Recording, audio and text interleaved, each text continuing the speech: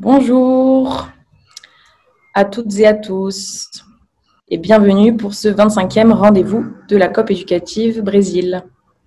Alors comme d'habitude, on va attendre quelques minutes, le temps que les derniers participants nous rejoignent. Et donc bonjour à toutes et tous et bienvenue pour ce 25e webinaire des rendez-vous de la COP éducative Brésil. Aujourd'hui, on a le plaisir de recevoir Mathieu Baucher, qui est lecteur FLE, et Adriano Cordovil, professeur de FLE, à l'Escola Estadual José Carlos Mestrinho à Manaus, qui vont nous parler de l'enseignement bilingue au primaire dans une école publique au Brésil, enjeux, perspectives et limites. Donc, avant de leur laisser la parole, je tiens à vous rappeler que pour l'obtention du certificat, si vous l'avez demandé, il est nécessaire que vous gardiez votre caméra allumée du début jusqu'à la fin du webinaire. Vous devez également vous renommer pour que votre nom et prénom apparaissent intégralement.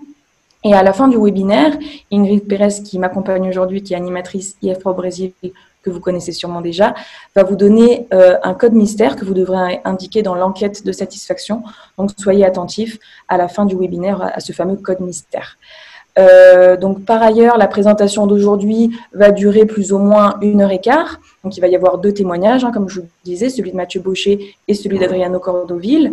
Donc, n'hésitez pas, tout au long de leurs interventions respectives, à poser vos questions sur le chat. Si ça s'adresse à Mathieu, n'hésitez pas à l'indiquer. Si votre question s'adresse à Adriano, n'hésitez pas également à l'indiquer pour qu'Ingrid et moi puissions recenser les questions et leur poser directement. Également, vous aurez la possibilité d'activer votre micro à la fin pour poser votre question oralement. Donc voilà, n'hésitez pas à le faire également. Je crois que c'est tout pour ma part. Donc je vais laisser la parole à Adriano qui va commencer par vous présenter son retour d'expérience et ses réflexions pour ensuite laisser la parole à Mathieu. Merci encore à vous deux et donc je laisse la parole à Adriano. Bonjour à toutes et à tous.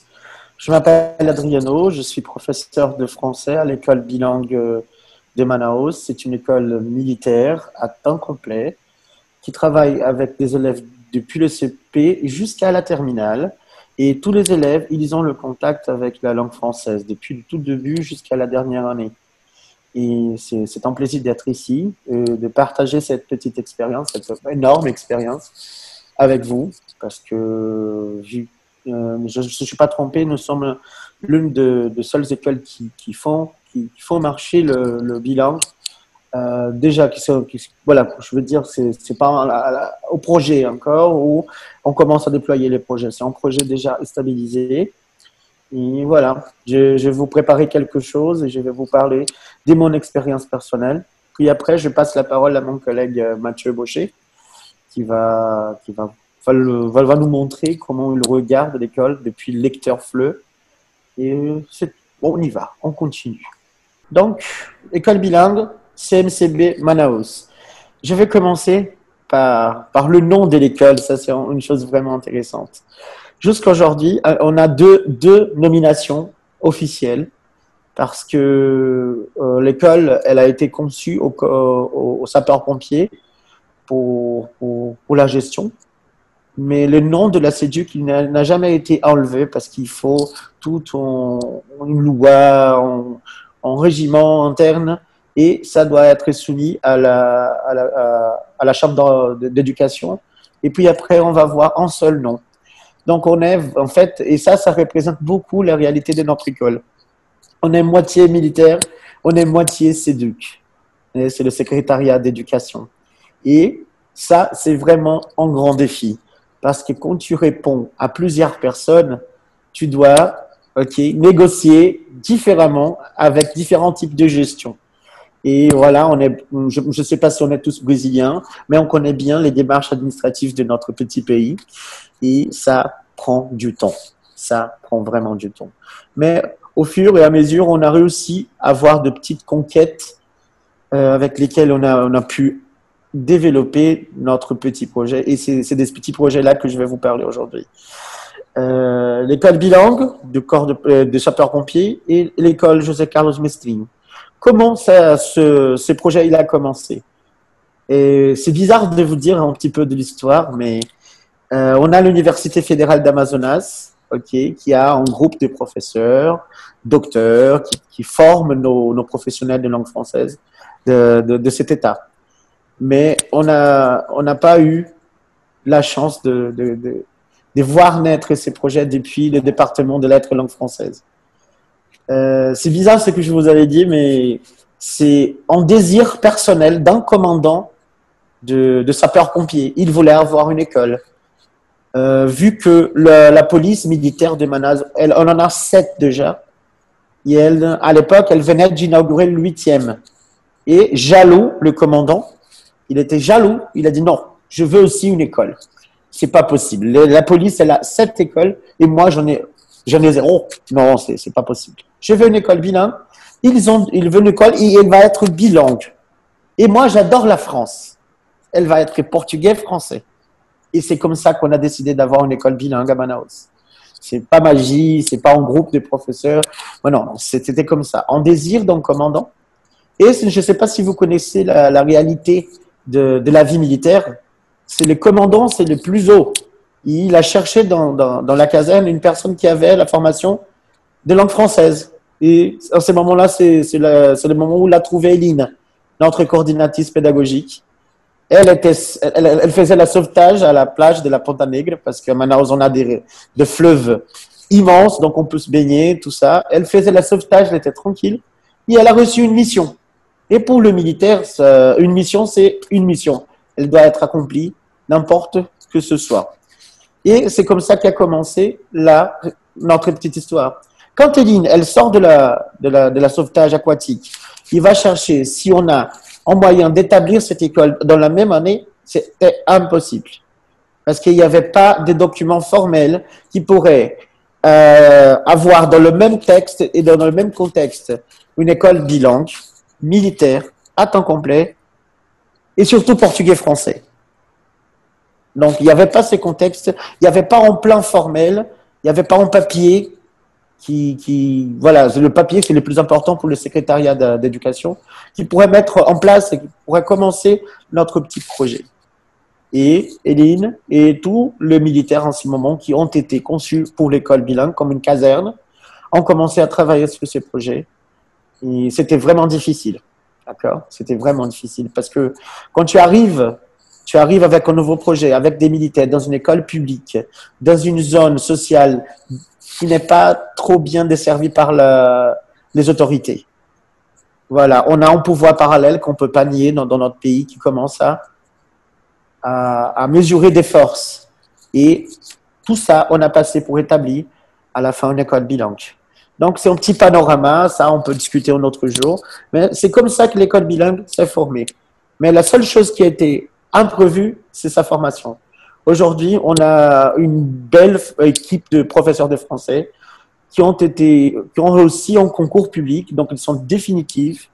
On a l'appui de l'ambassade de France et c'est un appui magnifique. Voilà, ça fait tout à fait la différence.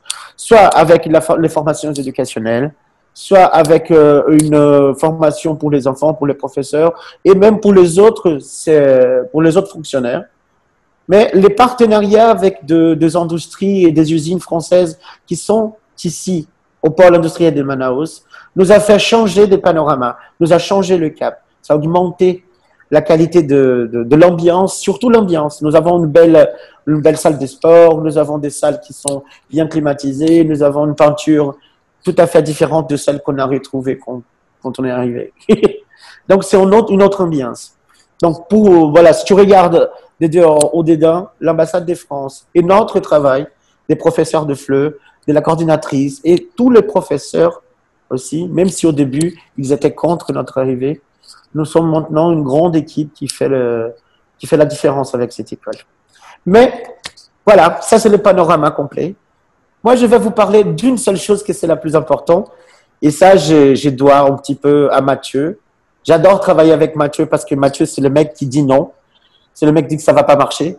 Et ça, on a besoin d'une équipe. Toujours une personne qui dit non, c'est pas possible, ça ne va pas marcher, c'est incroyable, voilà, c'est fini, point, barre. Non, ça c'est le Mathieu. Mais on a pu, depuis cette discussion, dans un petit café devant l'hôtel à Brasilia, dans une formation qu'on a eue au lycée français de Brasilia l'année dernière, on a commencé à discuter le projet de FLSCO pour les premières années. Okay, pour le CP, pour le CE1 et pour le CED. Et comment on allait faire pour déployer ces projets vis-à-vis de la réalité de notre école. Parce que 92% des élèves de notre école n'habitent pas avec le père ou avec la mère. Donc, 92%. Plus que la moitié n'habitent pas avec le parent. Donc, c'est un oncle, une tante, une grand-mère qui est responsable de l'éducation formelle et de s'occuper du petit. Et comme ça, si vous analysez comme ça préalablement, vous allez tomber directement dans un problème de budget. Ok, l'école publique, elle est publique. On ne paie rien. Surtout, parfois, on partage des livres. On fait presque tout gratuitement. Et pour commencer un projet de telle ampleur, il fallait aussi convaincre le parent, la coordination, les groupes de professeurs et les militaires. Et Mathieu, ok? Ça, c'est le plus difficile au début, c'était Mathieu. Et on a commencé à discuter parce que ce qu'on voyait au lycée français de Brasilia, c'était une réalité hors contexte. Ça, c'est pas vrai. Ça n'existe pas. J'imagine, même en France, c'est pas toutes les écoles qui ont la même qualité que le lycée français de Brasilia en ce qui concerne le service, l'espace, l'ambiance, la formation de profs. Et c'était magnifique. Les élèves, ils avaient tout à fait une différente manière d'apprendre la langue française, d'organiser la discipline, d'organiser la façon d'apprendre, et surtout le travail des professeurs, ils étaient d'une manière choquante et jamais vu pour moi. Je ne sais pas pour les francophones, pour les personnes qui sont nées ailleurs. Mais ici au Brésil, j'ai eu l'opportunité d'étudier dans une école privée assez importante ici à Manaus. Et voilà, c'est la Disney, c'est pas une école. Et moi, j'ai commencé à réfléchir. Pourquoi est-ce que je suis venu ici? Je travaille dans une école à Manaus, au milieu du rien, dans une zone commandée par le trafic des drogues, avec deux petits qui n'habitent pas avec leurs parents, qui n'ont pas une structure familiale, qui n'ont pas d'argent pour acheter un cahier. Pourquoi ils m'ont invité pour une formation dans une école comme ça? Voilà, c'est une des plus belles écoles que j'ai vues dans ma vie. Et je commençais à réfléchir ça pendant la formation. Je pensais. Jusqu'à un point que j'ai dit, Mathieu, j'ai une idée. Oui, Mathieu, non, je suis un peu occupé, il est toujours comme ça, il faut voir son agenda. Et puis après, on a pu s'asseoir et boire un café. Et j'ai vomi tout ce que j'imaginais. Elle a dit non, c'est impossible. À l'école bilingue, ça va pas marcher. Et non. Moi, j'ai réussi à dire les mots magiques et j'ai réussi à avoir son partenariat pour ces projets des fous. Et on y est maintenant. On en est vraiment bien. OK? On avance. Est-il possible de trouver un moyen, si nous étions laissés guider par la réalité? Normalement, ça, c'est déjà un truc de vie. Si nous nous laissons laisser par la réalité, on ne fabrique rien, on ne produit rien. La réalité, elle est toujours cruelle et négative. Et ce sont de temps durs au revers, on dit, n'est-ce pas? Ouais. Mais j'ai commencé à voir qu'on n'avait pas un terrain bien habillé avec l'architecture magnifique faite par un architecte très connu, voilà, et cher et tout. Mais on avait un espace libre où il y a des arbres, où les élèves aiment courir, où les élèves aiment jouer. Ils s'en fichent. Voilà. Pour eux, c'est bon. Et si c'est bon pour eux, donc on a le même résultat. On a commencé à faire des parallèles, moi et Mathieu. Voilà. On n'a pas le même jouet, le même le petit parc qu'il y a là-bas, mais on a un espace où ils peuvent courir, jouer au foot, manger un fruit. On n'a pas le même professeur, on n'a pas la même approche. Parce qu'au lycée français, on a le portugais qui vient et qui suit le cursus fait en France. Ici, on doit obéir au cursus de la BNCC. Je ne sais pas si vous connaissiez, mais de la BNCC. C'est la base curriculaire commune brésilienne. Et alors, comment on fait? On la suit, c'est un problème. Et les parents, enfin, j'ai dit, Mathieu, il y a une chance que ça peut aller. Peut-être on peut commencer avec le CP, les élèves en formation, en alphabétisation. Parce que comme ça, ce sont des élèves qui commencent leur carrière à l'école Et les parents, ils seront beaucoup moins furieux, ou ils vont poser moins de problèmes. Une fois que c'est une école bilingue, ils le savaient déjà avant d'inscrire leurs enfants à l'école. Voilà, on a décidé avec quel groupe on allait travailler. On avait déjà, il fallait que la permission. Et ça, c'était le plus difficile. Parce que d'abord, le commandant, il n'a pas permis le projet. Le projet, c'était pas bon pour lui. Mais heureusement, j'ai eu 2 anges. Elsa, qui c'est la coordinatrice pédagogique conçue par CEDUC pour le secrétariat d'éducation, et aussi la coordinatrice de la section bilingue, Eline Régine. Elles ont dit, vas-y, vous pouvez le faire. Et l'année dernière, c'est le plus intéressant de dire qu'il n'y avait que Mathieu et moi pour travailler avec le petit.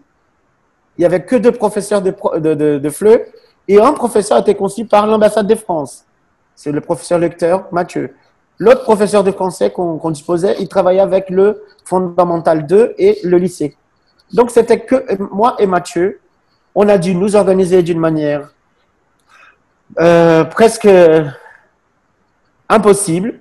J'essaye, ça, je suis reconnaissant, Mathieu. Vous avez fait beaucoup plus de ce que tu es censé faire pour que ce projet marche. Et on a commencé. J'ai discuté avec la prof. On était tous OK. On va commencer. Et voilà, ça a commencé les problèmes. Les parents, ils ne voulaient pas payer en cahier millimétré. Ils ne voulaient pas avoir en cahier des calligraphies, par exemple. Ils n'aimaient pas être informés de la performance de leurs enfants. Parce que ce sont de petits enfants. Si on fait pas une espèce d'évaluation, ils vont pas continuer, ils vont pas être motivés ou démotivés.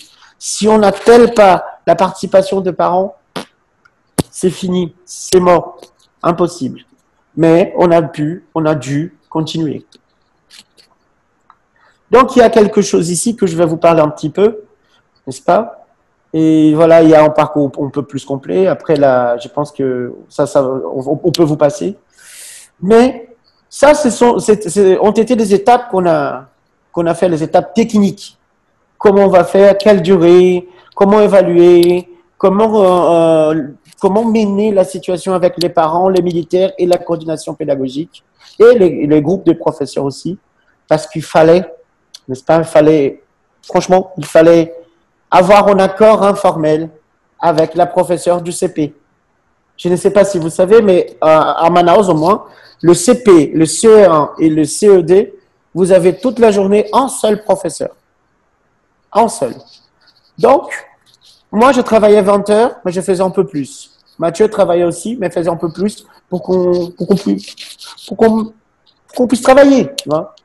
Et j'ai commencé à faire 3 heures par jour de français, avoir 3 heures par jour de français avec les petits-enfants, du lundi au vendredi. 3 heures par jour.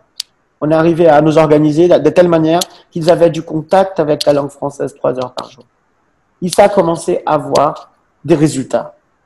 Et franchement, je vous avoue ça, sans avoir honte, c'est ces résultats-là qui ont maintenu le projet vivant. Parce que moi, j'ai dû faire une petite réunion avec tous les parents du CP, expliquer l'importance, dire que c'est une école bilingue, parce que la plupart des parents, on voit, c'est une réalité, c'est juste lire. La plupart des parents s'en fichent à quelle école ils vont mettre leurs enfants. Ils veulent que leur enfant passe toute la journée là-bas et ils puissent travailler tranquille. Donc voilà, la plupart des parents, ils n'avaient même pas regardé le nom de l'école. Et ils n'ont pas voulu savoir que c'était une école bilingue. Et voilà, quand on a démarré ces projets, ils se sont rendus compte, ils commençaient à poser de plantes. Et ces plantes-là, elles étaient dangereuses parce que c'est le commandant militaire. Il imaginait ce qui s'est passé. Moi, je serais vraiment dans l'eau. Mais grâce à une équipe pédagogique, on a pu continuer. Et à cette réunion, les parents, ils se sont rendus compte de l'importance. Et à partir de cela, j'ai commencé à voir des cahiers millimétrés, cahiers de calligraphie. Okay. Les copies que je voyais sur le groupe WhatsApp des parents, ils ont commencé à imprimer. Et à partir de cela, les enfants, ils ont commencé à travailler en autonome. Parce que s'il y a une chose, je ne sais pas si Mathieu est d'accord, il peut parler après, c'est qu'on a vu au lycée français, c'est qu'ils travaillent en autonome. Ça, c'est le mystère. Et nos enfants à l'école bilingue, ils font 4 repas. Le petit déjeuner, le déjeuner, on trouve à grignoter au milieu de l'après-midi et s'ils veulent, ils peuvent avoir un petit plat pour amener à la maison. Donc, ils mangent, ils dorment, ils sont sains. Il n'y a pas de différence physiquement, physiologiquement entre eux et les enfants qu'on a vus à Brasilia. Et à partir de cela, j'ai pu prouver. Et ça, c'est vraiment, je me sens un petit peu ému, mais on a pu prouver que ça commence à marcher. Les élèves, ils ont commencé à avoir une routine de 3 heures par jour, de faire la même chose, de travailler, de faire la calligraphie, parce que la BNCC, elle prône l'acquisition de l'écriture au CP, au Brésil. L'élève, il n'a pas besoin de savoir lire, mais de commencer à écrire en autonome, c'est un petit peu obligé. Ça, c'est un truc vraiment important à remarquer. Il n'y a pas de, on dirait, provation. Voilà, on ne fait pas redoubler les 3 premières années du fondamental. C'est qu'ils appellent des cycles 1. Tu as le CP, le C1, le CE2. Il n'y a aucune possibilité de redoubler ces 3 séries pour le gouvernement. Sauf s'il on a un alphabet fonctionnel, à la fin du 3e, il va faire une petite révision. Il prendra un nom et tout ça, mais il ne va pas redoubler l'année. Et on sait, voilà, les parents, ils ont commencé à voir le truc marcher. Leurs enfants, surtout, en autonome, prendre le cahier de calligraphie et faire leurs exercices. Et pour ça, je dois aussi me rappeler d'une plateforme, je ne sais pas si vous la connaissez, c'est le Quizlet. Vous connaissez les Quizlet, c'est comme un Kahoot, c'est comme tout ça. Le Quizlet, il nous a beaucoup aidé. Pourquoi? Parce que le Quizlet, il est une plateforme qui fournit, tu peux produire, mais il fournit aux élèves, au destinataire final, il fournit des cartes où ils peuvent mettre en contexte avec de petites phrases le vocabulaire de la journée, le vocabulaire de la semaine. Et donc, on a pu commencer à travailler. Je m'appelle Adriano. Tu t'appelles Ingrid. Il s'appelle Mathieu. Et à la maison, avec le téléphone portable de parents, il répétait ça parce qu'il y a une fonction que tu peux écouter. Et il passait au cahier de calligraphie. Et une fois qu'ils ont commencé à travailler en autonome à la maison, tous les parents ont tombé amoureux du projet. C'était magnifique. C'était, ah mon Dieu, c'est magnifique. Le professeur Adriano, il est en génie, il est le meilleur. Mais on savait que 2 mois avant, on a pris un petit peu de sucre d'eau là et tout le monde se plaignait. Il disait non, ce professeur, il est fou. Il pense quoi? Il pense que le français est important. Oui, voilà, j'ai toujours soutenu la parole. C'est une école bilingue portugais-français. Malheureusement, si vous n'aimez pas le français, vous avez d'autres écoles dans le réseau public où vous pouvez inscrire vos enfants. Et voilà, j'ai dû jouer ce rôle d'un professeur sec, d'une personne directe pour gagner la confiance. Okay. Et ça c'est vraiment brillant. Parce que, voilà, je ne sais pas si Mathieu voyait une autre manière de travailler et je suis sûr qu'il voit. Mais à partir de ces moments-là, toute l'équipe a commencé un petit peu à respecter notre travail. Les professeurs, à donner du espace, à savoir ne pas déranger. Parce que jusqu'à l'année dernière, par exemple, le début de l'année dernière, personne au moins, me laissait travailler tranquille. Il y a toujours une discipline plus importante. Et la professeure, Adriano, tu ne peux pas libérer ton temps pour que je travaille ça avec mes enfants? Non, je ne peux plus. Ok, c'est fini. Tu travailles pendant tes disciplines-là. À partir du moment du français, c'est le français et c'est que le français. Et ça, c'était vraiment génial, génial, génial. Et voilà, ici, après, je pense qu'on va passer la présentation, le diaporama. Vous pouvez le lire avec tranquillité. Mais cette négociation avec le parent, la communauté, parce que c'est une école des communautés. C'est une école dans une espèce de ticard, voilà, compliqué. Et on a pu négocier avec tout le monde. Et pas seulement établir l'école bilingue avec le terme des coopérations, là, avec l'ambassade de France, mais avec un concours. Et aussi, si tout va bien, moi je suis anxieux, on va avoir une bonne nouvelle à la fin de l'année cette année. J'espère. Ouais, on se passe des labels là-bas, je sais pas. Ok, donc après, je vous demande de lire tranquille. Je vous ai passé un petit peu, moi je parle, j'adore parler, je parle pas correctement, pardon pour mon français, j'ai appris dans la rue. Ok, l'argent ne fait pas de bonheur pourtant, balala. Une analyse SWOT. Ok, ça c'est important à n'importe quel projet. C'est joli, les parents adorent, la communauté aime, même les militaires maintenant, oh, c'est mon petit projet, oh là j'adore le français. Le français il était tout pour moi maintenant, il était tout. Même si tout va bien, on a besoin de voir un regard critique. Et ça, c'est un outil qu'on utilise en administration et pas mal de types de gestion. C'est l'analyse SWOT. Et moi, j'ai pu percevoir ces 4 points duquel je vais vous parler un petit peu. Point fort. Des apprenants non captifs. Une assez bonne participation des parents responsables. Si, par exemple, on est arrivé à tel point des compétitions entre les parents que quand je lançais sur un groupe WhatsApp les notes et les exercices qui manquaient de leurs enfants, ils commençaient à rigoler avec l'autre. Ah, regarde, ton enfant, il est 3e, il est 2e. Moi, mon enfant, il a tout fait, là. Mon fils, il est parfait. Moi, je laissais faire parce que cette motivation, même si ça ne soit pas correctement, on dirait correct, ça motivait les parents à motiver leurs enfants. Et les enfants motivés, ils développent, ils avancent. Et c'est vraiment très bien. Des élèves non captifs, ils sont là. OK? Ils sont là, mais ils n'ont pas choisi d'étudier français. Et ça, c'est une chose bizarre pour l'école publique, l'école formelle. Parce que quand tu vas là au fond du bahut de faire de l'insociure, il y a une petite différence entre captif et non captif. L'élève de l'école publique, en théorie, il est captif. Mais notre public, il est non captif, même s'il est d'une école publique. Parce qu'il ne voulait pas étudier français, il ne cherche pas le français, mais il apprend à aimer. Et ça, c'est un point très, très fort aussi. Faire aimer le français par des élèves, des apprenants non captifs. Des points faibles, à mon avis. Je ne sais pas si mon collègue il va voir de la même manière. Mais en Amazonas, dans les dernières années, on a changé 4 fois de gouverneur. Et quand on change en gouverneur, on change tous les secrétaires. Et Catherine Pétion, quand elle se rappelle de ça, j'imagine, elle fait pas de bons rêves, elle a un cauchemar. Parce que toute fois qu'elle venait à Manaus, c'était en secrétaire différent. Et ça, avec Tata Katos, ça le faisait avoir une crise cardiaque.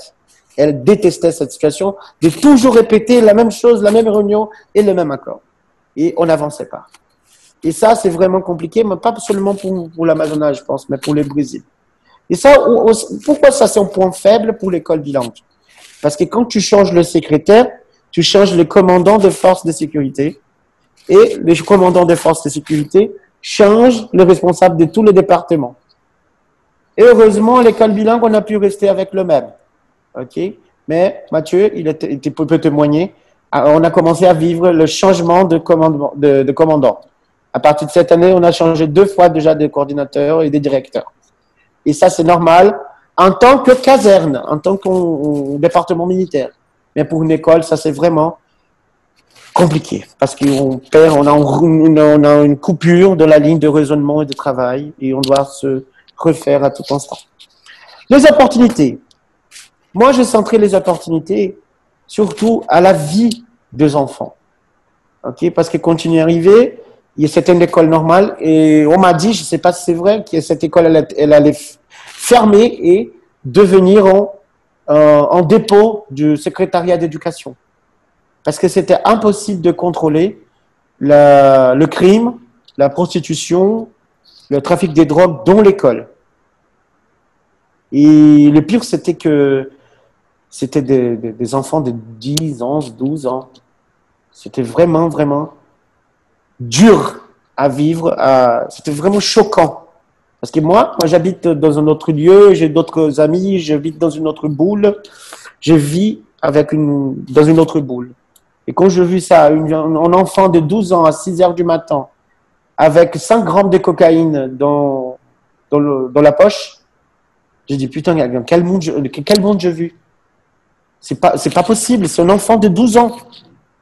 Et ça a commencé à changer. L'école, elle change, mais le quartier, il continue le même. Et ça, c'est le problème. Donc, je pense que ça, c'est une opportunité pour l'école de convaincre les parents, les personnes qui ne sont pas liées aux forces parallèles de sécurité, à changer la façon de voir la vie et surtout de laisser leurs enfants voir une autre chose. Parce que ce qu'ils voient là-bas, c'est gagner de l'argent, c'est travailler pour le propriétaire du quartier. Oui. Et maintenant, non. Ils veulent parler français, ils jouent d'un instrument, ils lisent, ils participent de pièces de théâtre réalisées par Mathieu, ils veulent avoir un diplôme international. Ça, c'est différent. Ils ont des habits, voilà, le vêtement qu'ils utilisent, elle est différente de tous les autres vêtements des écoles à côté. Ils sont militaires, ils adorent, par exemple, chanter la Marseillaise. Parce que maintenant, non, parce on devrait être en confinement.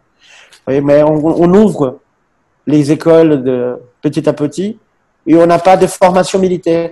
Mais tout le matin, il y a une formation militaire pour le l'hymne brésilien et ils chantent aussi la Marseillaise. Ils se sentent différents. Et ça, c'est vraiment bien. Okay. De former des personnes, même qui dans le ghetto, dans une situation défavorisée, des personnes qui veulent étudier et changer de vie, changer le groupe social où il est inséré. Et ça, c'est vraiment une opportunité de maintenir notre travail à jamais. Parce que, bon, ça ne finira jamais. Et des menaces, oui. Ah, pardon. On a des menaces, on a quelques menaces. C'est le crime. Il y a encore des situations qu'on vit avec de petits élèves qui se mettent dans de petits embrouilles avec la criminalité à côté. Ils doivent disparaître du quartier. Et voilà, tout ce qu'on a fait, c'est perdu. Et ça, c'est vraiment une menace. L'absentéisme, oui, pas forcément pour le crime, mais il y a des élèves qui veulent étudier près de leur maison. Et les parents, qu'est-ce qu'ils font? Ah, il y a une école bilingue, militaire, portugais, français, l'autre côté de la ville. Et il soumet son enfant à une charge terrible de 1 heure et demie de transport public à 6 heures du matin. Ça, c'est différent de France. On commence à étudier très tôt ici. À 7 heures du matin, ça commence la classe. Et donc, ils doivent venir même, il fait encore nuit, et quelques élèves à nous, ils sont en train de quitter leur maison pour venir à l'école. Et au fur et à mesure, ils commencent à démotiver et ne pas vouloir venir. Parce qu'en plus, c'est une école à temps complet. Et surtout aussi, c'est une grosse menace, en gros menace, c'est les structures administratives. Si ça continue comme ça, si on a toujours des problèmes de corruption, ils changent le secrétaire, changent le commandant, peut-être ça va interférer dans la ligne de développement d'un raisonnement philosophique, pédagogique, éducationnel, cohérent, à mon avis. Okay. Et pour finir ma petite participation, je vous ai donné un petit sketch de l'échelle de Jacob. C'est un escalier que j'utilise pour travailler avec les élèves quand j'ai besoin de préparer un cours. Il y a toujours en avant-classe. Ok, ça fait. Il y a des râlins de la classe inversée, l'avant-classe. Et c'est surtout le Quizlet. Il commence à répéter, il a fait la calligraphie à la maison. Et les parents demandent ça sérieusement. Et j'ai des bons résultats aujourd'hui, ça c'est déjà solide. Puis après, je commence la classe avec une introduction. Je ramène des images, des petits jeux, et on commence à travailler. Termine ces petits jeux, on passe directement à un livre. C'est un livre qui est moi, je l'ai fait. Et je montré à personne. Je suis à la leçon 20. Ok, mon objectif, c'est atteindre la leçon 40 cette année et pouvoir travailler l'année prochaine avec le CP, CE1, CE2 dans une suite logique d'apprentissage et tout en respectant la BNCC, que c'est le plus important. Et là, les élèves commencent à travailler en autonome. Ils savent déjà que c'est le cahier des calligraphies. Pourquoi? C'est pas donné, hein. C'est pas donné, ce sont des petits enfants de 6-7 ans. Ils sont pas des anges, ils sont vraiment, ils sont vraiment compliqués. Mais il faut tenir nos promesses. j'ai établi une idée de moments de jouer et moments de travailler. Je redivisais ma classe en des petits moments. Pas des moments complets de 1 heure, 40 minutes, mais des moments de 15-20 minutes. Et c'est entre-temps, je fais un appel à jouer. Ils jouent le football, les filles restent ensemble, discutent avec leurs poupées et elles courent pendant 10 minutes. Donc, ils travaillent 15, ils s'amusent 10. Ils travaillent 15, ils s'amusent 10. Et ça m'a permis de faire une classe tranquille et que les élèves puissent commencer à travailler en autonome. Parce qu'ils savent, s'ils prennent du temps pour terminer le devoir, ils ne vont pas jouer avec les collègues. Et ça, c'est terrible pour eux. Oui. Et aussi, j'ai commencé avec les maths. Parce que voilà, ça c'est un truc pour l'avenir, mais je travaille les mathématiques. Je fais un petit appui à la professeure pour des petits comptes d'addition, de soustraction. Et ça, c'est une façon de remercier la professeure. Et finalement, il faut avoir une correction et évaluation. Et ça, je vous signale un petit peu. La correction et évaluation avec la participation des parents. Ils doivent être avertis à tout instant que ça change. Parce que comme ça, ils pourront demander de leurs enfants. OK? Merci beaucoup. Je passe la parole à Mathieu ou la médiatrice. Et merci pour l'opportunité. Merci Adriano pour cette présentation. Donc effectivement, on laisse maintenant la parole à Mathieu Baucher. Et comme je vous le disais au début, si vous avez des questions, vous pourrez tout à fait les poser à Adriano à la fin du webinaire. Merci Adriano. Bonjour à toutes, bonjour à tous. Merci à l'ambassade, à IFPROF de nous donner cette opportunité de venir discuter avec vous aujourd'hui. En cette période, ça fait du bien. Donc, je me présente, moi je m'appelle Mathieu, j'habite à Manaus depuis 2013 et je suis prof de FLE depuis 2014. J'ai travaillé dans pas mal d'endroits différents, dans des écoles privées et des cours particuliers. Et en 2018, j'ai été recruté par l'ambassade comme lecteur FLE pour travailler donc dans l'école José Carlos Mestrinho, l'école bilingue de Manaus, l'école des pompiers militaires. Voilà, donc je tiens à préciser que ici, comme vous avez pu le voir avec Adriano, on vient surtout raconter notre expérience, nos connaissances. Je suis pas un expert dans l'enseignement des enfants. J'ai un petit peu découvert aussi sur le tas. À la base, je suis un professeur de FLE, peut-être comme beaucoup d'entre vous, assez classique, plutôt grand, adolescent et adulte. Et j'avais pas énormément d'expérience avec les enfants, mais j'ai découvert pas mal de choses et je vais vous raconter mon point de vue, ma partie, mon expérience. Alors, je vais partager juste un petit instant. Au début, le titre, c'était « Enseigner le français à des enfants au Brésil ». Puis j'ai rajouté, même si c'est un peu long, ça fait un peu titre de mémoire en France, mais en contexte scolaire, parce que c'est important. Donc, je pense que Adriano a bien présenté l'école. Je ne vais pas trop revenir là-dessus, sauf si vous avez des questions à la fin. Là, on a une photo dans la bibliothèque de l'école avec une classe de 6e. Et j'en reparlerai un petit peu. Rappelez-vous cette photo. Ça, c'est à l'occasion d'un atelier qui a été fait avec une auteure donc, qui nous a été envoyée par l'ambassade. Ce grand soutien qu'on reçoit, qui s'appelle une auteure franco-brésilienne qui s'appelle Pauline Alphen. Donc voilà, retenez bien cette photo parce que j'en reparlerai. Ça fait partie des moments importants pour l'école. Donc, comme je disais, le contexte, bon, Adriano a déjà bien présenté, je pense, l'école publique, militaire et bilingue. Vous voyez que l'ordre des mots je ne l'ai pas mis par hasard. À la base, c'est surtout une école d'abord publique avec ses problèmes. Vous les connaissez, Adriano en a parlé. Puis militaire avec son organisation, sa discipline. Et bilingue qui venait un petit peu en dernier.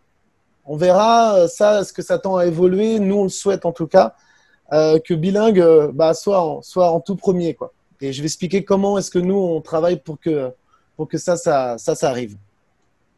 Alors, l'année dernière, Adriano a expliqué, donc lui, il s'est plutôt focalisé sur CP, CE1, CE2. Moi, donc, j'ai surtout travaillé depuis que je suis dans l'école avec le primaire parce que c'est un des objectifs à la fois de l'ambassade. C'est vrai que pour Catherine Pétillon, c'était clair que le primaire, il est fondamental. Ça s'appelle en plus fondamental. Il est primaire.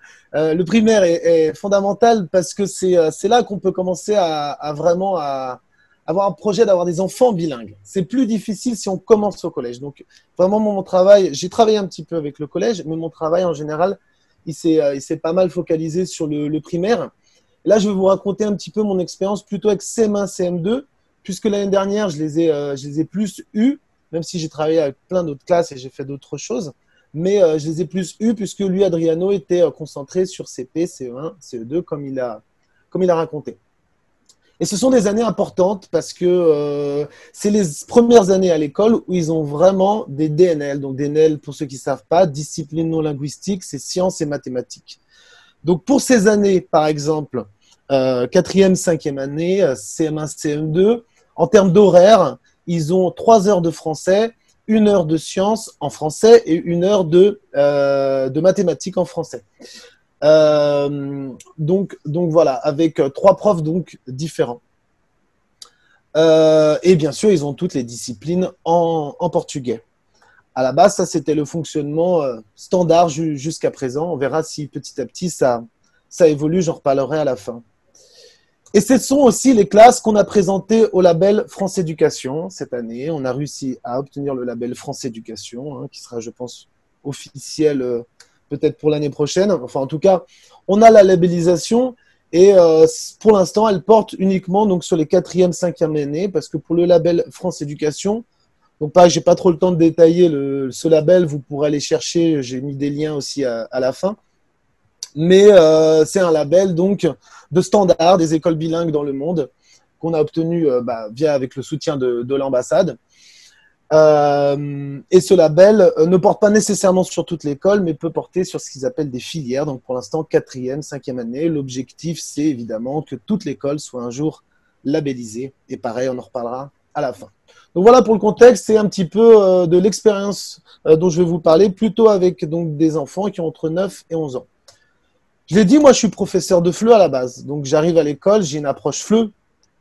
On va essayer de réfléchir, c'est quoi le FLE ? C'est le français peut-être de tous les jours. Quand je suis arrivé, c'était déjà en cours d'achat. L'ambassade a acheté le manuel Zigzag, donc de CLE international. Donc il y a d'autres manuels, ils ont tous plus ou moins la même progression. Ceux qui travaillent avec les enfants, vous les connaissez. Ils sont basés sur le cadre, parce qu'en FLE, même si on fait du FLE pour enfants, on reste sur des niveaux A1, A2, etc. Donc en fait, la progression n'est pas tellement différente des adultes, c'est plutôt la présentation, les activités, etc. Mais les habilités qu'on veut développer et toutes les compétences sont basées sur le cadre, donc sont peu ou prou les mêmes que pour les adultes. Donc toutes les méthodes suivent un petit peu le même type de progression. Mais là, je vais parler un petit peu plus de Zigzag, puisque c'est celle qu'on a utilisée. Et on a eu la chance, en novembre, si je ne me trompe pas, novembre 2018, de recevoir l'auteur de Zigzag, qui est Madame Hélène Ventier, et qui nous a fait une formation extraordinaire sur l'enseignement du FLE aux enfants. Donc là, vraiment FLE aux enfants. Et donc, on a appris plein de techniques, des techniques qu'on a appliquées. Et puis, on s'est rendu compte, moi, je me suis rendu compte personnellement, les autres profs aussi, comme Adriano, que notre expérience de FLE, elle était utile et des fois aussi, ça marchait pas. Ça marchait pas le FLE parce qu'on n'est pas dans une alliance française avec des groupes de 4-5 enfants qui n'ont pas forcément de capital culturel. Je pense que là aussi, Adriano a bien présenté le contexte. On a 25, 30, 35 enfants, certaines conditions sociales assez précaires, des conditions précaires à la maison. Le français, on va faire une activité de FLE sur les fruits et légumes et ça va complètement échouer. Donc, dans cette réflexion-là, on voit bien, nous, qu'il y a des choses qui marchent, des choses qui ne marchent pas, mais que le FLE n'est pas la réponse absolue. Donc, on revient, nous, à des méthodes, on mélange avec des méthodes un petit peu plus scolaires, tout en continuant à utiliser Zigzag. Je reviendrai un petit peu sur Zigzag, sur une unité en particulier, pour que vous compreniez pourquoi, des fois, ça pose problème, ce type de méthode. Et comme l'a dit Adriano, en juin 2019, on est invité au lycée français, on observe, on rencontre Pierre là-bas, qui est coordinateur du primaire, et qui nous dit « Mais pourquoi vous ne faites pas du FLESCO ?» Bonne question, pourquoi on n'en fait pas du FLESCO ? Parce qu'on ne sait pas trop ce que c'est. Non, on sait ce que c'est, mais oui, nous, parce qu'on est des professeurs de FLE, on fait du FLE. Donc, remise en question. Et en effet, le FLESCO, c'est quoi ? Alors, je vous ai mis une petite définition.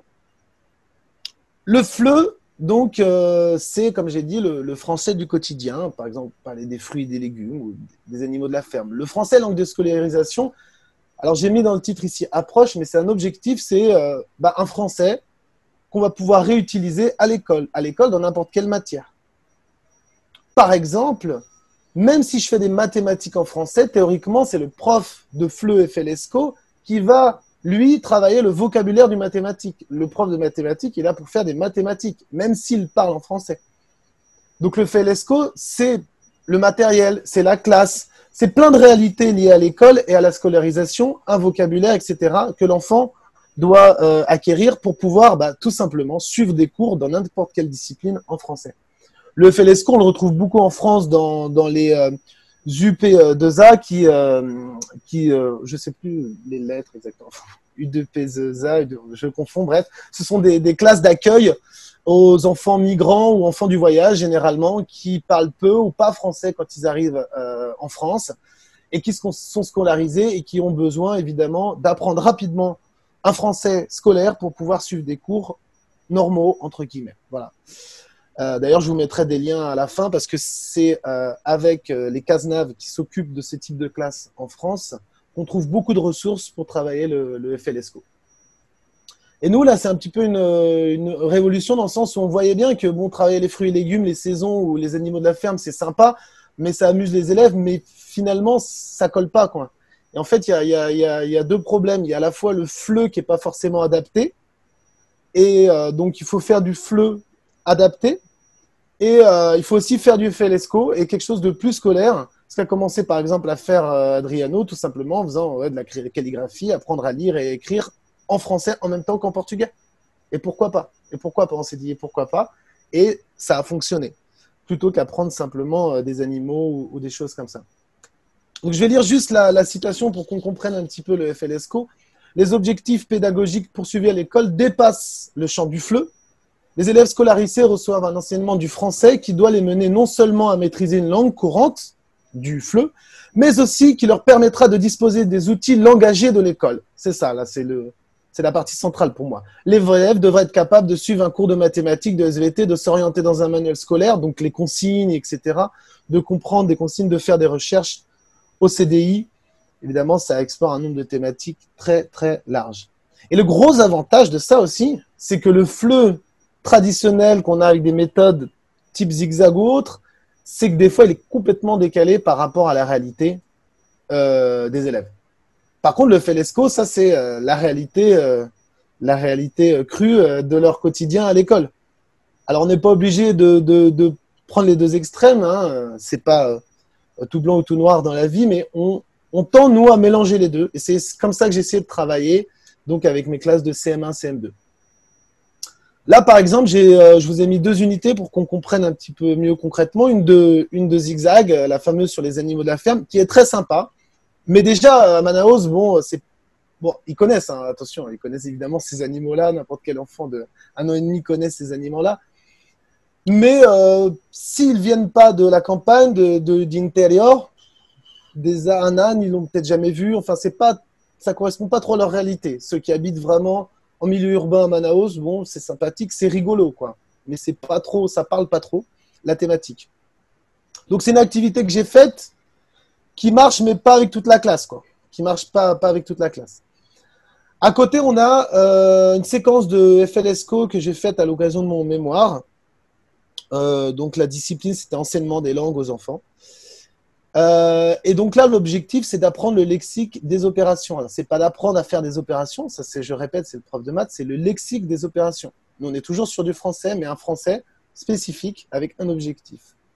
Et là, on peut voir que c'est complètement différent, quoi. On enseigne des choses complètement différentes. Et l'objectif, nous, pour que ça devienne une école bilingue, c'est quand même de tendre plus vers le FLESCO avec des doses de FLE adaptées. En tout cas, moi, c'est comme ça que je le conçois. En tout cas, tout ça aussi, ça montre qu'il n'y a pas de solution clé en main, il n'y a pas de manuel qu'on peut prendre et on peut suivre. Adriano, il pourra peut-être en parler rapidement à la fin ou donner ses liens, mais il a acheté des livres en France sur apprendre à lire et à écrire aux enfants en français, qu'il a adapté, qu'il a repris certaines choses, oui, non. Enfin voilà, on est un petit peu des pionniers sur le bilingue, comme certains d'entre vous qui travaillent dans des écoles bilingues au Brésil. Et on découvre et on essaie de construire une approche qui en fait, pour nous, n'existait pas. N'existait pas. Alors, au niveau des pratiques, qu'est-ce que je peux dire? Ce qui marche pas. D'abord, travail de groupe, c'était quelque chose… les enfants n'étaient pas vraiment habitués. C'est vrai que pour une partie des professeurs, l'enseignement au primaire est assez traditionnel. Donc, on écrit au tableau et on note, chacun assis à sa table. Et c'est vrai, quand on a 30 élèves, c'est difficile de travailler en groupe. Mais je me suis forcé de le faire avec des bons résultats. Et je pense que c'est un moment, alors pas toute une classe peut-être, parce qu'au bout d'un moment, ça peut partir un petit peu en vrille. Mais vraiment, le travail de groupe a été essentiel. Et en fait, c'est quelque chose… Au début, on se dit que ça va pas marcher. Et puis vraiment, au début, ça marche pas trop. Puis en fait, on se rend compte que ça marche pas trop parce que les enfants sont pas forcément habitués. Mais si on le fait 2 fois, 3 fois, 4 fois, et ben à la fin, ils s'organisent plus rapidement en groupe. Ils sont plus efficaces. Ils savent qu'ils travaillent avec un tel, un tel. Alors bien sûr, certains, faut pas les mettre ensemble, quoi. Ou alors certains, ils veulent pas travailler ensemble. Mais il y a ces difficultés-là toujours. Mais en tout cas, c'est quelque chose. Il faut insister, il faut y croire parce que ça finit par marcher. Comme je le dis, on a toujours le problème d'avoir le nombre d'élèves important. Donc, c'est une des techniques et je vais en donner une autre après. Projet, évidemment, travailler des projets, des petits projets, hein, mais faire des petits manuels sur ce que j'aime, je n'aime pas, avec du dessin, etc. Enfin, ça, c'est une approche qu'on a évidemment en FLE, dans l'actionnel. Mais du coup, dans les projets qui vont être la partie plus actionnelle de notre approche, là aussi, le FLESCO, c'est très intéressant parce que l'actionnel, c'est pas du simulé, c'est pas du communicatif, c'est du concret, c'est du réel, c'est par rapport à des choses réelles. Et quand on fait, par exemple, les animaux de la ferme, c'est pas la réalité qu'ils ont, quoi. Par contre, si on fait des projets avec des choses plus concrètes, là, par exemple, je pense par exemple au DNL aussi, des choses par rapport à leur réalité, là, ça marche beaucoup mieux. Travail en demi-classe. Alors nous, c'est un petit peu le luxe qu'on a. Comme je suis lecteur FLE, il y a déjà des professeurs de FLE qui sont attribués à chaque classe. Donc ce que j'ai pas mal fait, même si j'ai travaillé avec des classes entières aussi, avec Adriano, c'est que je prenais la moitié de la classe. On a la chance d'avoir une salle de français. Si vous pouvez pas, amenez-les à la bibliothèque, amenez-les dehors, faites quelque chose. Mais travailler avec 25 ou 12 enfants, c'est pas la même chose. Ça, c'est une évidence. C'est une évidence, mais c'est pas appliqué dans les écoles puisqu'il y a beaucoup trop d'enfants. Il y a plus d'enfants que ce qui est permis dans la loi. Mais comme les écoles, évidemment, ne peuvent pas refuser les enfants et qu'il y a un problème de structure publique, on est avec des classes très grandes. Mais essayez de trouver des stagiaires. Il y a des écoles très certainement privées de langue dans votre ville. Vous pouvez trouver des stagiaires, des gens qui vont vous aider, des gens à l'université. Il y a forcément un cours de lettres. Enfin, il y a toujours moyen de trouver, je pense, quelqu'un qui peut venir vous aider et séparer une classe et faire des activités en demi-classe. Je pense à ce qu'on a fait sur la francophonie au début de l'année, juste avant l'épidémie. Moi, j'ai travaillé avec une demi-classe et Adriano une demi-classe. Et on a travaillé sur Gaël Faye, lui, il a travaillé sur la chanson et j'ai travaillé moi plus sur la biographie. Et ça a vachement bien marché parce qu'on était en demi-classe. Ça aurait été des activités beaucoup plus difficiles avec plus d'enfants. Donc, il faut vraiment trouver une solution pour ça. On verra, il faut parfois, dans l'enseignement public brésilien, partir de rien avec juste son marqueur et inventer. Théâtre et musique, moi, j'ai eu cette expérience-là de faire des petites pièces pour le 14 juillet, pour Noël. Ça a vachement bien marché. Musique, j'avais un petit groupe. Alors, malheureusement, comme Adriano en a parlé, il y a l'absentéisme, puis il y a le fait que les enfants changent beaucoup d'école aussi. Ça, c'est une réalité. Ils partent dans d'autres écoles ou ils changent de ville. Donc, j'avais des filles qui étaient très motivées, qui connaissaient plusieurs chansons en français et elles sont parties. Donc, c'était un peu plus dur après de trouver des élèves motivés. Ça, ces projets-là, moi, je les ai faits avec des élèves qui voulaient, en fait. J'ai jamais imposé. Donc, du coup, ça marche. Enfin, je veux dire, on a des fois que 3 ou des fois on va en avoir 15 ou des fois au beau milieu, il était motivé puis il est plus motivé. C'est pas grave. Mais ce qui est important, c'est de le faire une première, deuxième fois aussi. J'ai remarqué quand on faisait les petites pièces, la première fois on a fait le 14 juillet, j'ai 3-4 enfants qui sont venus me voir et ah ouais, nous on veut participer la prochaine fois. Ils étaient trop timides la première, mais la prochaine fois ils voulaient participer. Bon, dans pas mal de choses que je vais dire aujourd'hui, évidemment, cette année, malheureusement, c'est un peu tombé à l'eau. Beaucoup de projets à cause de la situation, vous la connaissez, je vais pas détailler. Mais voilà, et ça, c'est un des points aussi importants. Au début, on se démotive. Ça m'est arrivé parce qu'on voudrait que tout le monde devienne bilingue et tout le monde adore le projet et que tout le monde participe, mais ça marche pas comme ça, c'est petit à petit. Et c'est 3-4 élèves, et après ça devient des locomotives, et d'autres viennent, et petit à petit, et en 2 ans, on a conquis la moitié de la classe, et c'est déjà bien. Alors on en a encore 15 peut-être qui sont là, qui démontrent pas énormément d'intérêt, mais plus il va en avoir qui démontrent d'intérêt, plus ceux qui vont ne pas démontrer d'intérêt vont être minoritaires et vont se sentir un petit peu bêtes. Je redonnerai un exemple là-dessus tout à l'heure. Ça n'empêche pas ce travail de groupe de mi-classe d'être passé, pour ma part, d'être repassé par une tradition scolaire classique. On écrit au tableau, on se pose. C'est aussi une des limites des grandes classes. Donc, on ne peut pas toujours faire des activités qui sont amusantes, etc. Ce que j'avais dit avec les techniques d'Hélène Ventier, il y en a pas mal qui tombent à l'eau parce que malheureusement, on n'est pas dans un contexte où c'est favorable. Et donc, moi, je suis repassé, mais j'ai pas eu honte de le faire par des choses qui se faisaient peut-être dans les années 60 ou 70 en France. Malheureusement, on n'est pas en Finlande où c'est parfait. On a 10 élèves qui ont tous un super capital culturel. Donc, des fois, on s'assoit, on note ce qu'il y a au tableau et on se calme aussi. Ça permet de séparer les groupes, etc. Parce que le travail de groupe tout le temps, pendant à chaque fois 1 heure, ça ne fonctionne pas. L'évaluation aussi, ça c'est quelque chose, bien sûr, dans ma conception républicaine, j'aimerais que tous les enfants n'aient pas besoin d'être évalués, d'avoir des mauvaises notes, d'être sanctionnés. C'est pas mon idéal, mais c'est pareil, c'est des choses qu'on met en question parce que malheureusement, s'il n'y a pas d'évaluation, s'il n'y a pas la carotte, c'est pareil avec le public qu'on a. En fait, c'est pas la peine d'avoir une ambition des fois démesurée où on va être des super pédagogues et on va révolutionner la vie de ses enfants. Du moins, à l'heure actuelle, c'est pas quelque chose qui est possible et on va uniquement en fait se confronter à un mur et être déçu. Donc, pareil, repasser par des évaluations, c'était important de faire des contrôles, des devoirs, des petits devoirs surprises des fois, qu'il n'y a pas forcément une note, mais ça permet de tester les élèves, etc. Parce que malheureusement, si on teste pas, on ne sait pas vraiment, par exemple, est-ce qu'ils savent vraiment faire une phrase, le vocabulaire, est-ce qu'ils savent dire j'aime tel fruit, j'aime tel fruit. C'est difficile quand on a 30 élèves de les tester tous à l'oral. Donc voilà, c'est un peu un mélange entre des approches modernes et des approches traditionnelles. Alors, partenariat, vous vous souvenez, j'en avais parlé au début, ça c'est fondamental, avoir des gens de l'extérieur qui viennent. Nous, on a eu la chance de recevoir des auteurs 2 fois. Donc, le premier, Gilles, j'ai oublié son nom, Gilles Adriano, il faudra nous le dire. André Gilles et la deuxième fois Pauline Alphen. Donc ça c'était exceptionnel pour les enfants de voir quelqu'un qui est d'abord qui a une double nationalité. Moi j'avais travaillé là-dessus avant. C'est quoi sa nationalité? Ah ouais, mais elle est française. Mais elle est aussi brésilienne. Donc là on peut faire j'avais fait de l'histoire, de la géographie aussi là-dessus. Et le partenariat, encore une fois, bon, c'est un peu tombé à l'eau cette année. On essaie de mettre en place, on n'a pas encore réussi un partenariat avec une école française. On aimerait bien. L'année dernière, on a eu des contacts, ça n'a pas abouti. Puis cette année, on avait des contacts aussi. Et puis avec la pandémie, les écoles ont fermé, etc. Un petit peu compliqué. Mais surtout avoir des choses qui viennent de l'extérieur, en fait, qui montrent aux enfants que le français, c'est pas juste moi, Adriano, et des gens qui arrivent et qui disent maintenant, aujourd'hui, vous allez apprendre le français. Parce qu'en fait, ils comprennent pas, quoi. Il faut leur montrer qu'il y a des gens autour qui parlent français. C'est leur langue maternelle. Et que le français, il vit ailleurs, etc. Et ça, c'est super important pour une école bilingue, pour n'importe quelle école de langue, d'ailleurs, je pense, en général.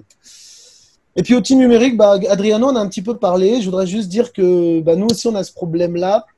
Bon, je vais pas, c'est pas le thème de la présentation aujourd'hui, de parler des techniques qu'on a eues pendant la pandémie, mais ici, c'est difficile parce qu'il y a des enfants qui n'ont pas ou peu accès à Internet ou à un ordinateur. Donc, mais quand même, on va tous être d'accord généralement aujourd'hui au Brésil, il y a des gens qui ont un portable avec la 3G et la 4G. Parce que quand on envoie des messages WhatsApp ou quand il s'agit de jouer à Free Fire, on voit bien que les enfants, ils ont ça disponible. Donc, Adriano, lui, il n'a pas accepté ça comme excuse, mais il a trouvé quand même une solution, par exemple, qui soit possible sur téléphone portable. Donc, on est toujours dans essayer de s'adapter en fait à la réalité, mais pas non plus trop céder en fait. C'est ça. Hein. On peut pas céder et dire non, à ce moment-là, ceux qui ont envie de faire, ils font, et ceux qui pourront, feront. Mais comme ça fonctionne pas. Donc, il y a des outils numériques que la grande majorité des élèves peuvent utiliser relativement facilement, comme le Quizlet, comme envoyer des choses sur WhatsApp, faire des vidéos, etc. Et ça aussi, ça participe. Et ça participe à une chose, comme il l'a dit, c'est d'impliquer les familles. D'impliquer les familles. Ça, c'est une chose très, très importante pour une école bilingue. J'en reparlerai justement dans les limites. Alors, une chose importante, c'est une des tâches qui m'est confiée, moi, c'est de préparer les enfants au DELF Prime. On est très fiers d'avoir présenté 13 enfants qui l'ont eu en 2018 et 18 enfants qui l'ont eu en 2019, l'année dernière. Et cette année, aussi très fiers de pouvoir représenter 5 élèves, 5 enfants qui l'ont passé l'année dernière en A11 et qui vont cette année tenter le A1, donc qui continuent. Et ça, vraiment, moi, au début, bah ouais, on va passer le DELF Prime, très bien. Mais en fait, ça a une vertu magnifique, le DELF Prime, c'est que ça crée des fers de lance, ça crée des locomotives, en fait, et ça crée des enfants hyper motivés. Certains sont soutenus par les parents. Ce que je vous disais sur le fait qu'on va en convaincre 1, 2, 3, et puis après, petit à petit, il va y avoir plus de parents.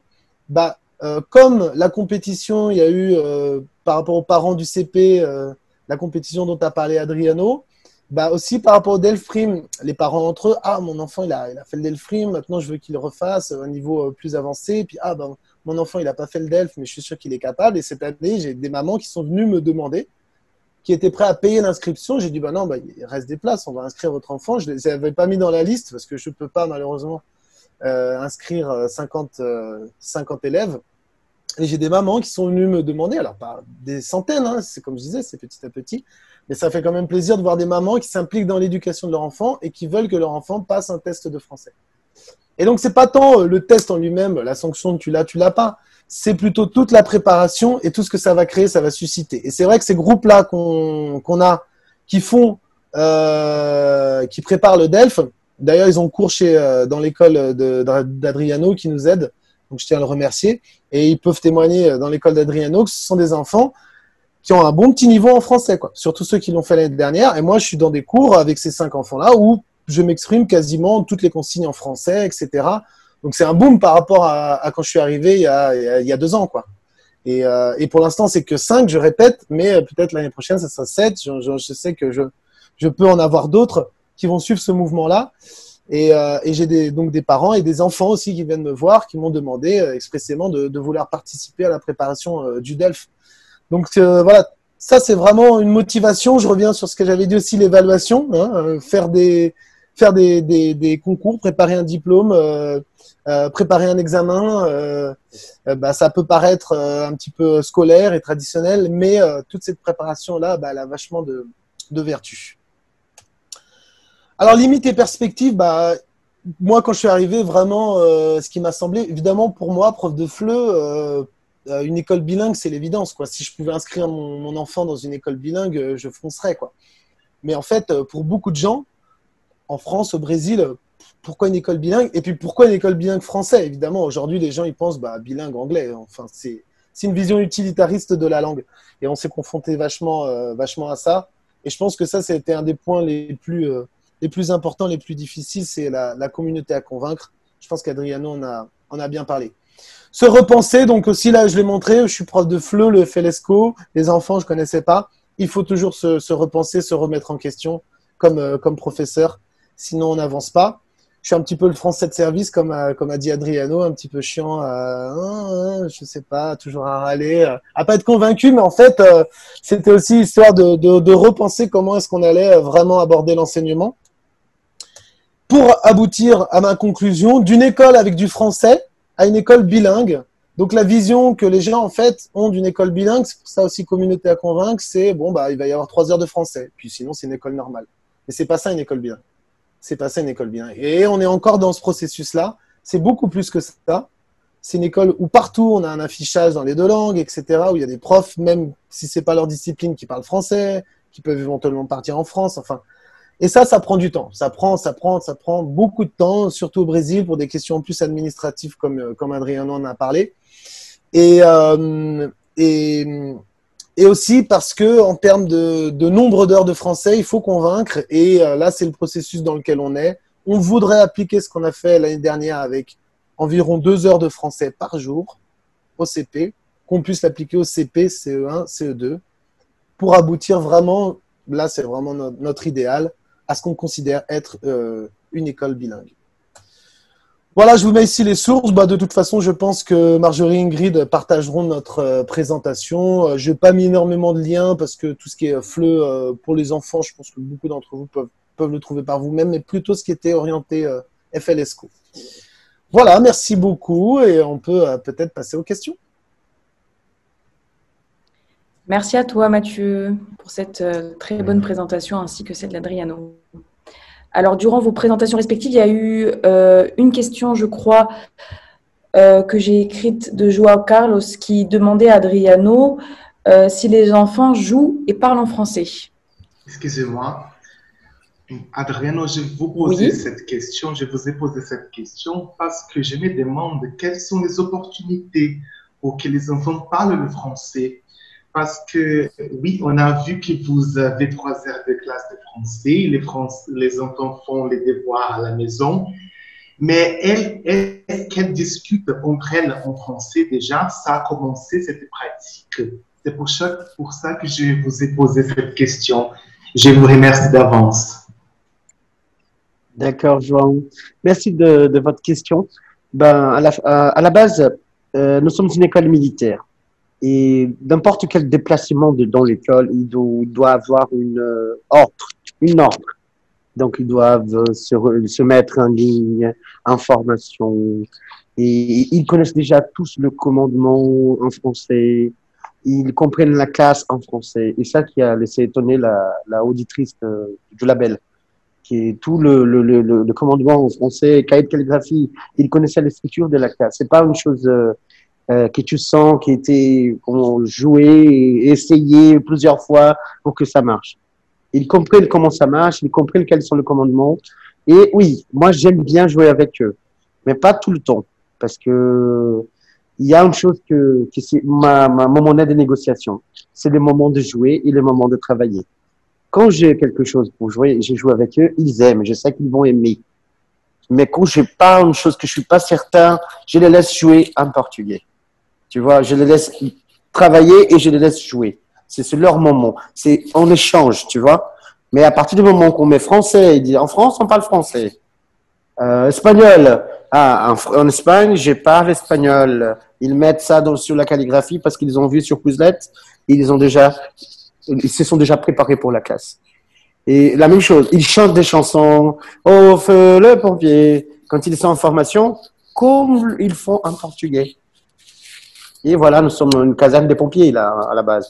Donc ils adorent cette ambiance, mais il faut respecter. C'est un projet il allait avoir un an la semaine prochaine, je pense. Mais la pandémie nous a gâché un petit peu le créneau. Mais pendant les 4 mois qu'on a vécu ces projets l'année dernière, c'était parfait. Et ils avançaient petit à petit. C'est comme mon cher Mathieu l'a dit, il faut respecter. Et quand tu suis la BNCC, tu sais que tu dois respecter beaucoup de choses que tu n'acceptes pas. Et donc, laisse le temps.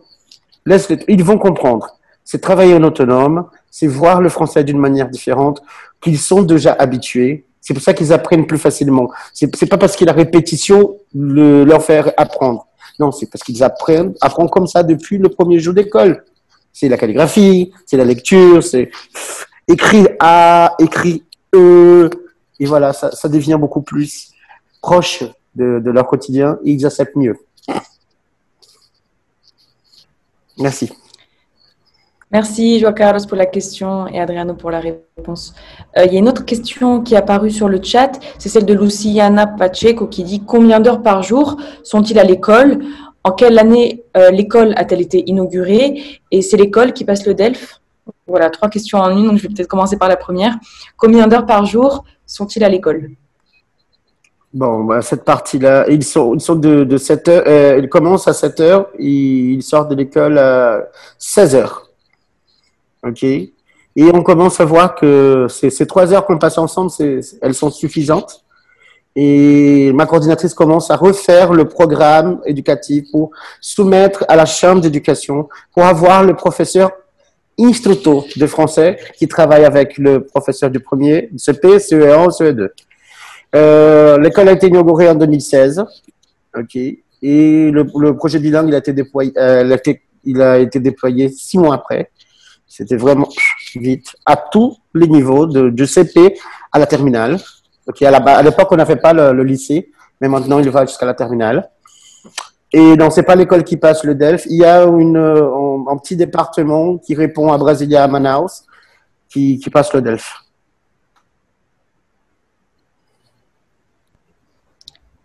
Mathieu, tu veux rajouter quelque chose?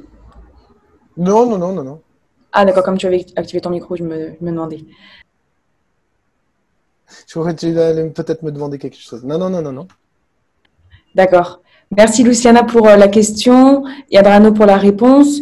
Ingrid, je te laisse peut-être la parole pour poser une question. Je crois que tu en avais une. Ok. Alors, j'ai une question par rapport à vos formations, surtout Adriano en fait. Parce que moi, je suis à la fin de licence en lettres portugais-français. Donc, je peux travailler avec le Fondamental 2 et le lycée. Pour travailler avec les plus petits, il faut avoir une formation en pédagogie. Comment ça fait le mélange entre lettres français et pédagogie pour les petits? Ça, Ah là là, voilà. En fait, il y a une petite chose là. Quand tu as une licence, tu peux travailler comme professeur. Si tu vas travailler avec des enfants spéciaux ou des enfants handicapés, diminués et tout ça, et voilà, vous avez besoin d'entre elles un peu plus professionnelles, concentrées. Mais je pense que l'Université fédérale d'Amazonas, elle, comme toutes les universités fédérales du Brésil, elle ne prépare pas leurs professionnels pour travailler avec des enfants. Ok, mais ça c'est vraiment compliqué. Et on doit revisiter tout ce qu'on imagine. C'est ça que j'ai dit à Carlos. Moi et Mathieu, quand on discutait au café, il disait, mais ça marche pas. Ça va contre toutes les lois de la physique. Il avait raison. Parce qu'on n'apprend pas ça à l'école. On n'apprend pas ça à l'université. Et quand tu fais face à un gros défi comme ça, tu dis, mais voilà, je vais contredire Paulo Freire, je vais contredire beaucoup de gens qui sont vraiment, voilà, énormes. Dans ce cas, oui. Dans ce cas, il faut faire, comme je dis à Carlos, il faut analyser comment ils travaillent, comment ils se comportent, qu'est-ce qui marche avec eux. Et essayer de te former à toi-même. Et je dis une chose, l'ambassade de France nous aide beaucoup. Okay? Quand elle nous invite à une formation comme celle qu'on a eue à Brasilia, qui c'est le sang de ces projets. Oui, et voilà, si on n'avait pas cette immersion dans une réalité que moi, par exemple, j'avais jamais imaginé dans la vie, je ne pourrais jamais avoir aussi non plus la discussion avec Mathieu. Oui, donc ça, c'est vraiment important. Ce n'est pas perdre les formations, soit sur place, soit en ligne, étudier, lire et comprendre qu'ils sont encore des clients et des clients beaucoup plus exigeants. Parce que pour les convaincre, c'est pas le parole, c'est le quotidien, c'est l'exercice en autonome, c'est leur faire confiance pour qu'ils te fassent confiance de retour. Merci. Merci. Juste une petite chose de manière concrète, il y a eu un concours en fait l'année dernière où donc il en a parlé assez rapidement Adriano, où 5 profs ont été recrutés. Si je me trompe pas, l'accès au concours Adriano était à la licence de lettres en français pour faire et donc après ceux qui ont été reçus au concours. Et donc avec cette licence, tu peux travailler, c'était pour travailler à l'école, donc avec toutes les classes d'âge. Juste une minute, juste un petit. Tu peux travailler avec toutes les classes, mais seulement les cours de pédagogie, il y a des disciplines spécifiques pour les enfants. Oui, même pour la biologie, la géographie, l'histoire, ça c'est un problème national du cursus des universités fédérales et des universités de l'État aussi. Merci. Oui, parce qu'on apprend un peu, comment travailler avec les ados, plus avec les adultes, même pour les enfants. En lettres, on ne voit rien. Merci. Merci Ingrid pour ta question et Adriano et Mathieu pour la réponse. Il y a Luciana qui souhaiterait sur le chat, si c'est possible Mathieu et Adriano, que vous transmettiez vos adresses mail puisque Luciana nous fait un commentaire qu'elle travaille dans un lycée français à Rio. Donc peut-être pour échanger avec elle par mail. Donc je ne sais pas si vous pourrez le rajouter dans votre présentation à ce moment-là, que vous nous enverrez. Comme ça, il y aura vos adresses mail à la fin. Super. Bien sûr. Il y a une question de Souraya Philibert qui vous demande, n'y a-t-il pas de problème quant à l'alphabétisation des deux langues en même temps concernant l'apprentissage de l'orthographe? Voilà, je vais juste dire une petite chose. C'est que par rapport à ce que dit Adriano, où je disais ça va pas marcher, c'est si on applique ce qu'on voyait directement au lycée français, non, si on l'adapte pas, ça marchera pas. Donc ce que je l'ai poussé, c'est de dire comment on va l'adapter. Par contre, ce qu'on a vu au lycée français, mais on l'a vu de nos yeux, ce sont des enfants depuis la maternelle, le primaire, qui apprennent deux langues, mais ils apprennent pas à s'exprimer, à dire deux, trois choses. Non, ils apprennent deux langues, à écrire et lire, et donc l'orthographe dans les deux langues. Donc après, concrètement, je passe à Adriano qui va pouvoir parler de lui, de son expérience. Non, je fais le pont là. C'est vrai ça qu'on a vu. C'est pas des élèves qui répètent. On a vu ça. Et pas forcément des élèves francophones. C'est ça qui nous a pris à cette discussion. C'est pas forcément des élèves francophones. Ils arrivent à la maternelle, ils passent par la même situation de tous les élèves, même les francophones. S'ils ont des petits problèmes, ils vont dans une section un petit peu séparée 2-3 fois par semaine, que c'est une espèce de réponse en français. Okay, mais c'est l'application qui commence au CP, à la maternelle, va au CP sûrement. Et quand tu vas voir un élève de CM1, CM2, il argumente. Passe toute la classe à parler français avec les professeurs, répondre, argumenter et contre-argumenter. Ça, c'est vraiment, vraiment intéressant. Vraiment intéressant. Et moi, je ne trouve pas assez risqué parce que, heureusement, l'alphabet est le même. Donc, il y a un gain pour le portugais, bien qu'il y a le gain pour le français aussi. Donc, si on commence à mettre en parallèle, en respectant la BNCC, pour n'être jamais hors la loi, le français gagne parce qu'ils vont reconnaître les lettres et le portugais gagne parce qu'ils vont aussi reconnaître les lettres dans les deux langues différentes. Et c'est le moment où ils sont ouverts dans la gamme lexicale et c'est le meilleur moment pour apprendre une langue. Et voilà, il y a beaucoup plus d'études qu'on peut discuter, en parler après. Mais juste pour finalement rajouter, je pense que là-dessus, les parents avaient une crainte par rapport à leurs enfants sur une classe aussi importante que le CP. C'est là où Adriano a dû convaincre. Mais à aucun moment, je pense, les 4 mois où on a fait ça l'année dernière, la professeure qui enseigne le portugais a constaté un éventuel retard ou des problèmes en portugais qui auraient été liés au fait qu'il travaille 2 heures de français par jour. Au contraire. Merci Soraya pour la question et pour vos réponses respectives. Je crois, sauf erreur de ma part, qu'il n'y avait pas d'autres questions sur le chat. Donc je ne sais pas si avant que l'on se quitte pour aujourd'hui, l'un ou l'une participante souhaite prendre la parole en activant son micro. Je vais vous donner normalement la permis. Je crois que vous l'avez déjà, mais oui voilà, je vous avais déjà autorisé à activer vos micros, donc n'hésitez pas si vous souhaitez poser une question.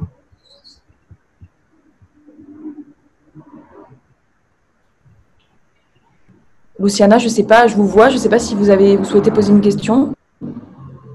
Non? Très bien.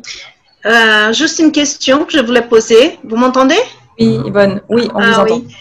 Et savoir si les tarifs du DELF prime, elle est prise en charge par les parents ou par l'école? Comment ça se passe? Par l'ambassade. Par l'ambassade. Ah, d'accord. Merci. C'est un partenariat en fait qui est passé avec l'ambassade. Tout à fait. C'est pour ça que je disais qu'on ne présente pas malheureusement 60 enfants par an. C'est un peu limité.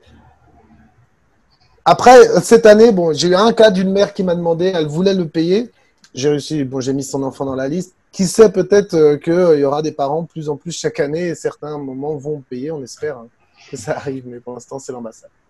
D'accord. Merci beaucoup. De rien. J'ai vu sur le chat, en répondant, en voyant défiler les informations, qu'Ingrid avait bien communiqué le mot mystère. Donc voilà, n'hésitez pas à regarder le chat. Le mot mystère dont je vais vous parler au début est bien là. Je crois qu'il n'y a pas d'autres questions. Donc peut-être on va se quitter pour aujourd'hui si cela vous va. Juste avant que l'on se quitte, Je tiens à vous rappeler donc que la semaine prochaine, on se retrouve pour un nouveau rendez-vous de la COP éducative Brésil. Ça sera le webinaire 26 du 14 octobre, donc mercredi prochain. Donc, ce webinaire sera animé par José Segura du CASNAV de Toulouse, dont justement parlait Mathieu tout à l'heure. Il nous parlera de créer une bibliothèque numérique pour la classe. Donc voilà, n'hésitez pas à vous inscrire. Ce sera à 11 h, heure de Brasilia, puisque José Segura sera en temps France. Donc voilà, prenez juste cette information en compte. Oui, Mathieu? J'ai eu une formation avec lui en février, il est excellent, donc je vous le recommande vivement. Merci pour cette petite promotion. Mais effectivement, il était là à l'université d'été à Brasilia pour celles et ceux qui étaient là. Il a animé effectivement une formation à cette occasion. J'ai oublié de le rappeler en début du webinaire, mais le webinaire de Mathieu et d'Adriano s'inscrivait dans Meu Festival Zinho, qui est le festival qui met à l'honneur la littérature jeunesse et le jeune public. Donc, c'était le premier webinaire de ce mois d'octobre qui met à l'honneur cette thématique. Et la semaine prochaine, avec l'intervention de José Segura, on continue dans cette thématique justement de Meu Festival Zinho. Donc voilà, on espère vous retrouver tout aussi nombreux la semaine prochaine. Donc, en attendant, passez une très bonne fin d'après-midi et à très bientôt sur IFPROF Brésil. Et merci encore à Mathieu et Adriano pour vos interventions. Merci Au beaucoup. revoir. Merci à tous. Au revoir. Bonne fin de journée. Au revoir.